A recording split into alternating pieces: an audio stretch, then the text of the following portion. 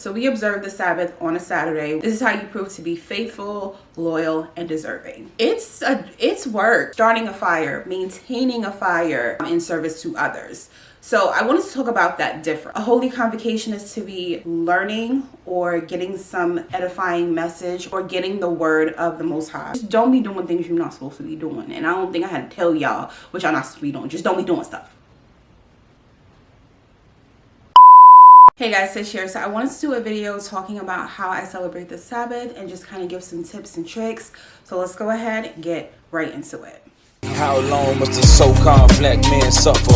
Hate from the nations and hate from his brother. Another brother dead is another soul gone. I'm praying for the Lord to take us up and take us home. Whenever I outline any type of video, I always like to do the 5 W's and the H, the who, what, when, where, why, and how. So I'm kind of going to take that approach when I do this video today. And if you notice that I'm looking down, it's because I have my notes on my phone, because you know I can get extremely long-winded. So I'm trying to make this video quick and simple and straight to the point. So let's get started. So when do we observe the Sabbath? So we observe the Sabbath on a Saturday, which we recognize as Hebrew Israelites as the 7th day. Now, I have gotten this question a million times on my channel. Well, maybe not a million. Is Saturday actually the Sabbath day? Now, I'm sure if we're back in Israel, back in the times that we celebrate the Sabbath, maybe the Sabbath falls on different days. Just as a general rule, we do celebrate the Sabbath on the 7th day, which in these times we do recognize as Saturdays. So just like everybody else in the community, I would love to celebrate the high holy days, the feast days, the Sabbath days on the exact day that we're supposed to celebrate them. And we don't know if that's necessarily Saturday, but we just don't have that information. We just don't. We wish we did, but we don't. I view that as part of the curses. We're in a land that's not our own. We're in a time that's not our own. We're following practices and principles and things of our oppressor. In the time that we're in, the Sabbath day is the 7th day, which we recognize as Saturday. So I want to talk a little bit about why we observe the Sabbath. And before we get into the commentary on it, I want to go ahead and share some scriptures with you guys. So the first one is going to be Exodus 20:11. For in 6 days the Lord made heaven and earth, the sea, and all that in them is, and rested the 7th day. Wherefore the Lord blessed the Sabbath day and hallowed it. The next is Exodus 31:13. Speak thou also unto the children of Israel, saying, Verily my Sabbaths ye shall keep, for it is a sign between me and you throughout our generations, that ye may know that I am the Lord that doth sanctify you. And the last is Exodus verses 16 through 17. Wherefore the children of Israel shall keep the Sabbath, to observe the Sabbath throughout their generations, for a perpetual covenant. It is a sign between me and the children of Israel forever.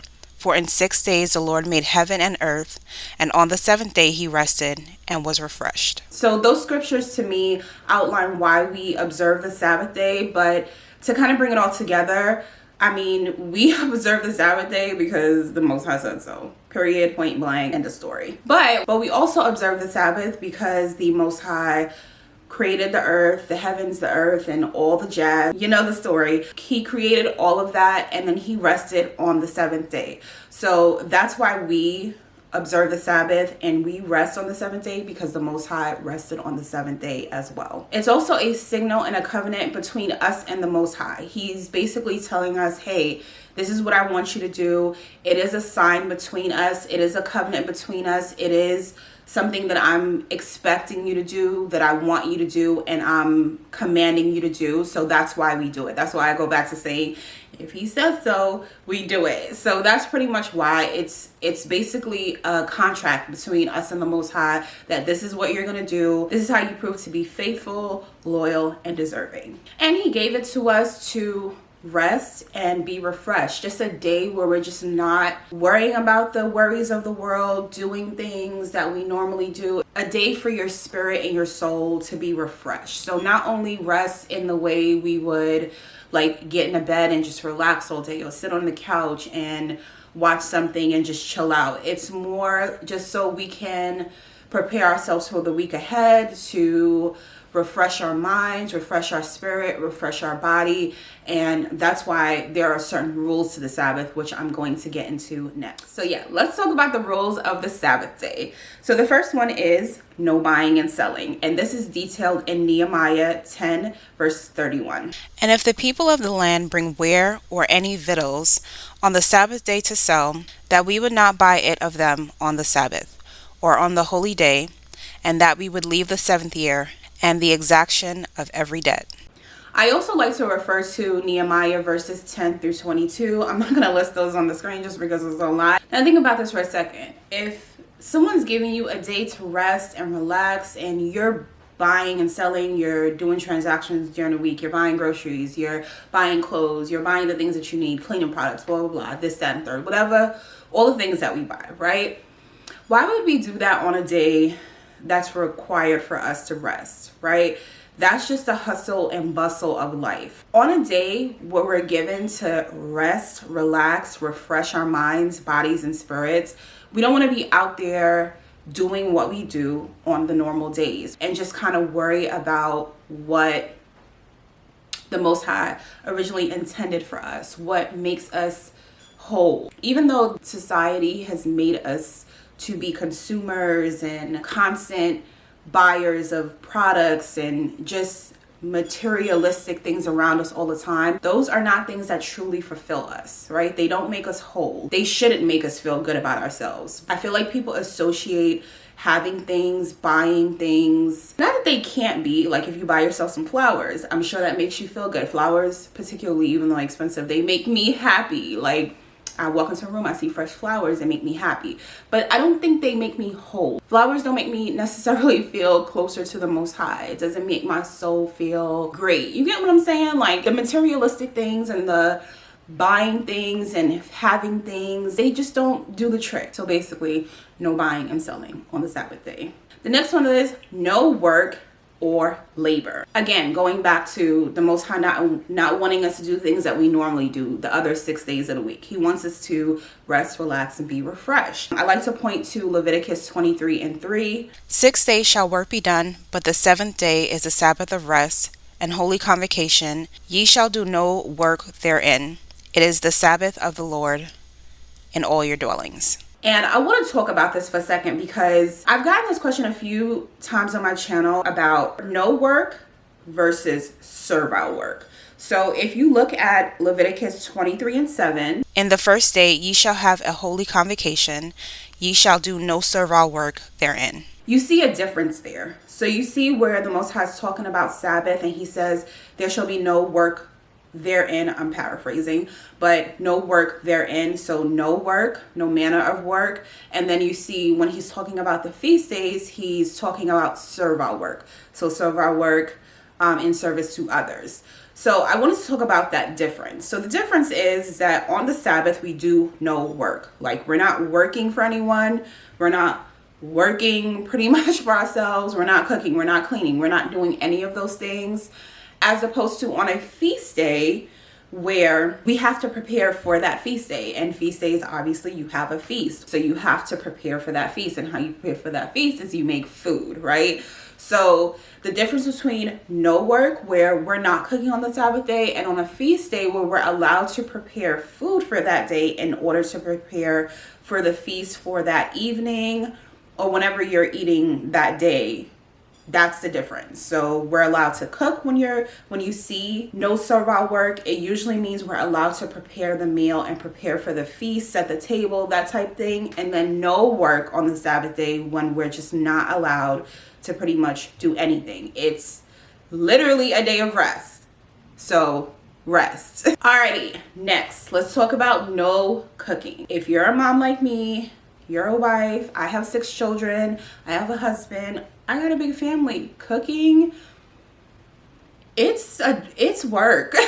And let's think about back in the day when cooking required starting a fire, maintaining a fire, and making the meal, that type of thing. It was a lot more work than it is now. So cooking is definitely a task. Not that it's a bad task, but it's just one of those things where it does require some effort, right? So we don't want to be doing that on the Sabbath day because we're trying to rest, relax, refresh, rejuvenate our mind, body, and spirit. So that's not something that we want to do. Now, I want to point to some scriptures. I'm going to point to two. The first is Exodus 35:3. Ye shall kindle no fire throughout your habitations upon the Sabbath day. And then the next is Exodus 16:23. And he said unto them, This is that which the Lord hath said. Tomorrow is the rest of the holy Sabbath unto the Lord. Bake that which ye will bake today, and seethe that ye will seethe, and that which remaineth overlay up for you to be kept until the morning.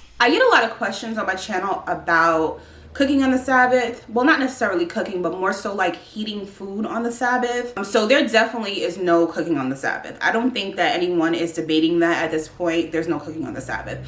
But there is a lot of confusion. I'm sorry if you can hear that outside. It's the melody. Here is my position on that. I'm going to start by comparing the two verses.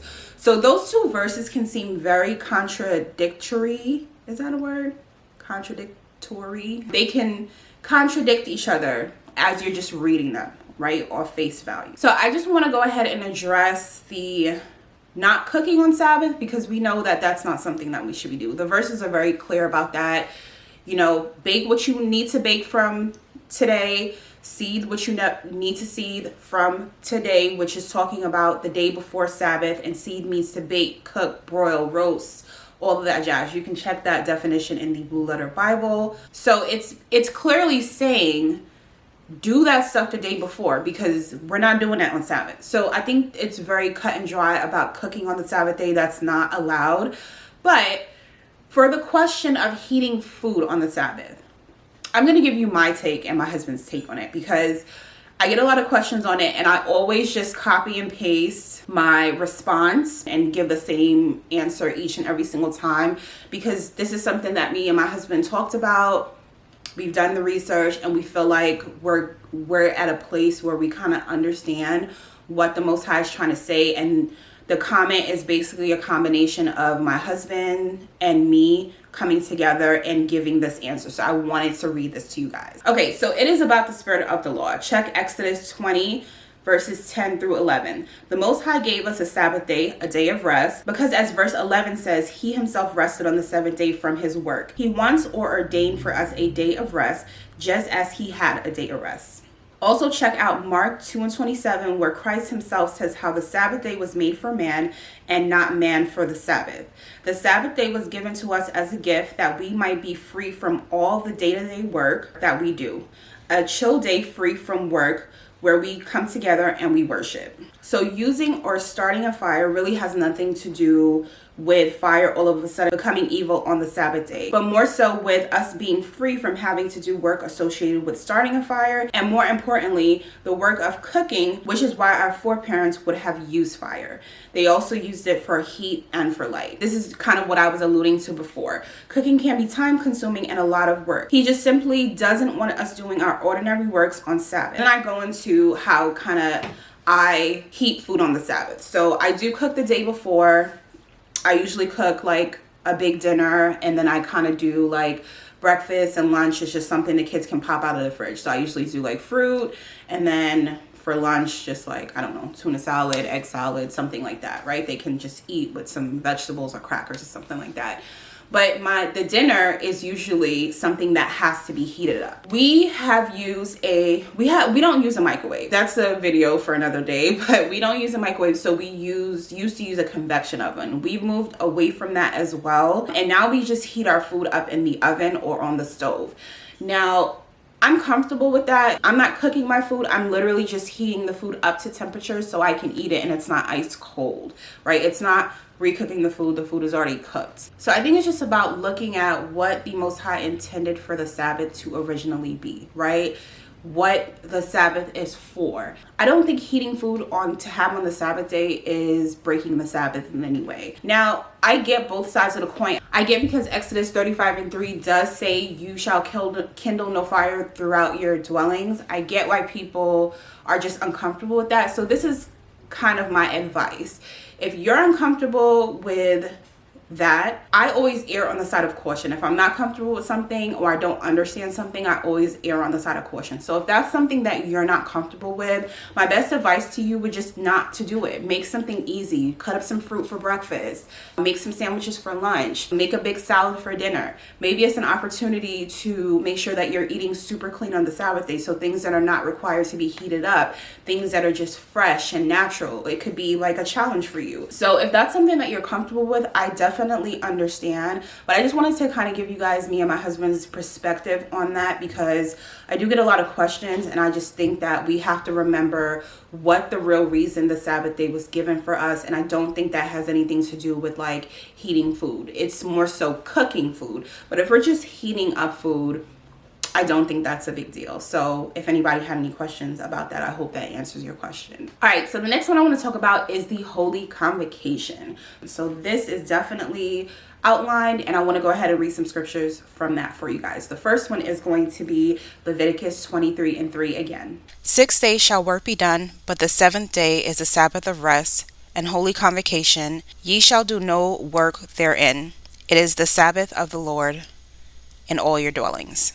So basically a holy convocation is just a holy gathering. So you can gather with community, you can gather with your family, you can, if you don't have community, you can still do a holy convocation. I consider it learning something on the Sabbath, right? Filling your mind, body, and spirit with something that's edifying. If that's reading the Bible, if that's watching something on YouTube, like watching one of the camps or watching a teaching, I look at it as using the Most High's words to refresh my mind, body, and spirit, right?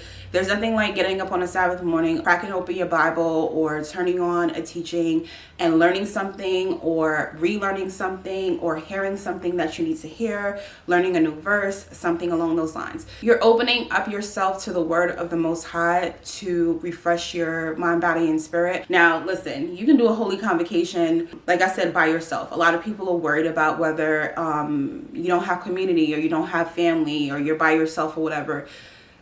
Watching something on YouTube is, to me, considered a holy convocation, because even though you're not there with that community, you're still learning from the community. If you're reading the Bible, you're learning from the prophets, right? You're reading scripture, you're reading people who are giving their accounts of what happened to our people, about our people, what our history is. So that can be considered a holy convocation. You can do a holy convocation over Zoom now, WebEx. A lot of congregations are streaming online now. I'm not talking about the Christian churches and stuff like that.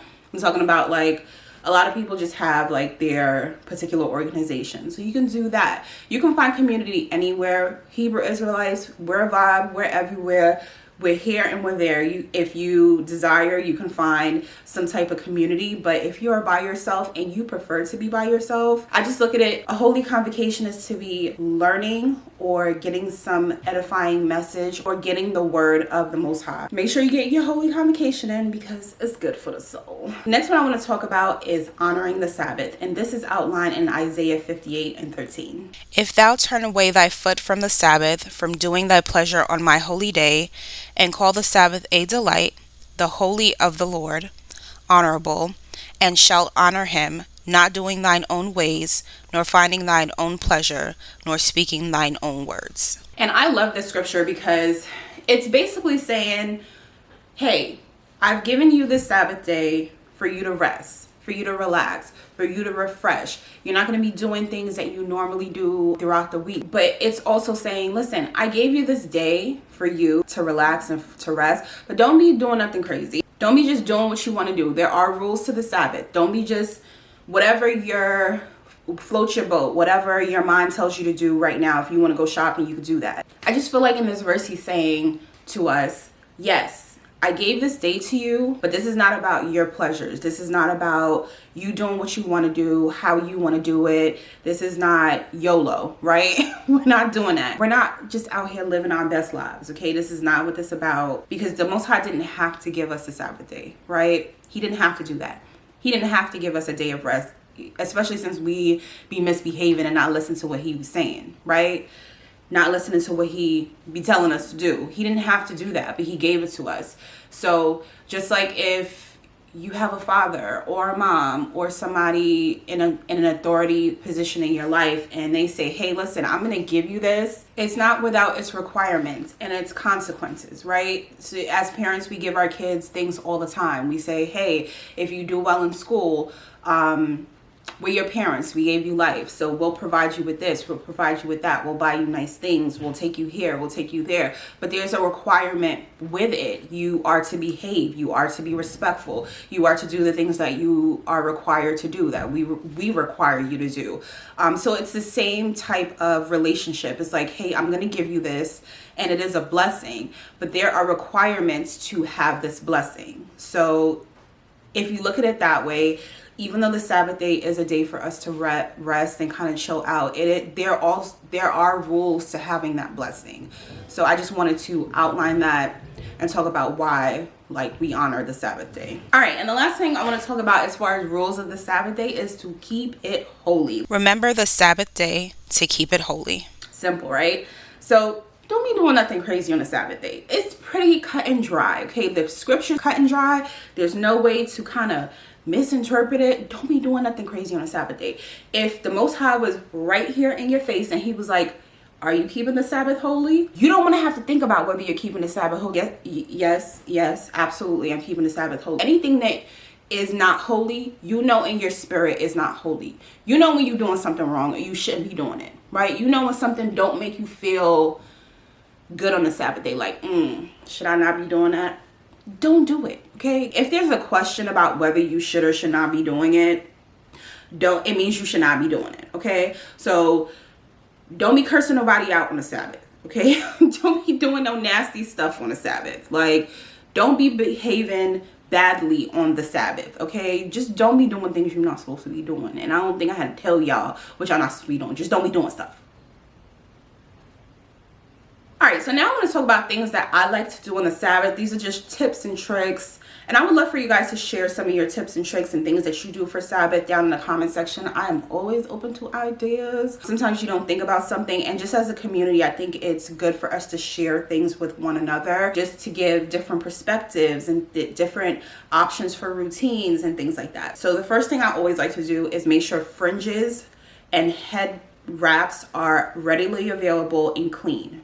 So I always make sure to wash fringes on Fridays. Make sure that they're washed and dried and ready to go. Sometimes I will go above and beyond and kind of lay them out for everybody, so they get up in the morning, they know they put their fringes on and get their head wraps on. Now, I don't particularly keep a head wrap on all day on Sabbath, but that's a good idea just because, you know, there's a scripture, I'll put it on the screen, that talks about praying and prophesying without your head covered as a woman. So it's just easier to have your head covered during the whole Sabbath day. But I don't particularly like doing that because it just makes me feel like heavy. I used to do this a lot. I used to have like a basket in each room, or the rooms that we congregate in mostly, and I would have like head wraps in those baskets, so that way if we're downstairs we can grab a head wrap, if we're in the dining room we can grab a head wrap, if we're up here we can grab a head wrap. So those are things that I like to have clean and readily available, that way everyone is good to go. The next thing I like to do is either burn incense, frankincense, and myrrh,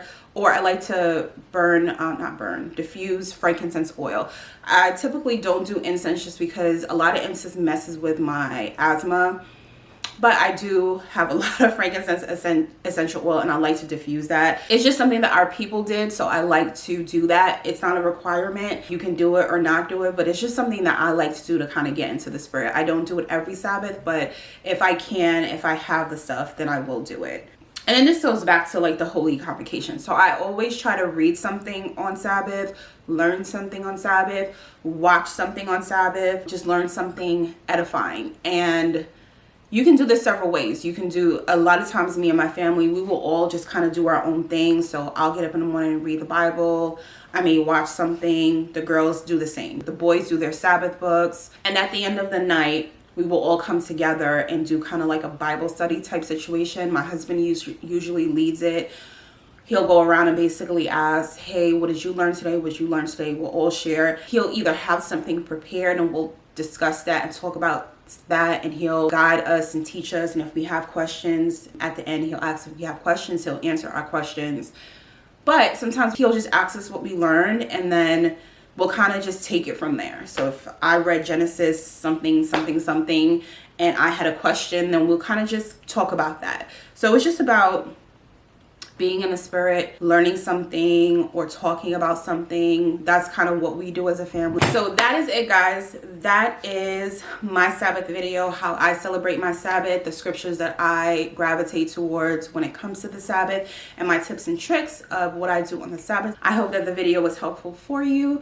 If you have any questions or concerns, feel free to comment down below. I would love to engage in constructive discussion with you guys. Again, I hope you guys enjoyed the video. If you like this video, don't forget to like the video, subscribe to the channel, hit that notification bell so you'll be the first to know when I upload new content. And as always, guys, I so appreciate you guys. If you're watching this on Sabbath, Shabbat Shalom, and I will see you guys in my next video. Bye. There's something really special happening in our midst. The Israelites are coming back and now we're getting fixed. Stand as a man, cause a man keep the laws. Remember who you are so the Lord can hear you call. Oppression maketh the wise man mad, right? A telltale sign that we need some act right. We lost cause we done took off our own guard and traded in our royalties for a gift card.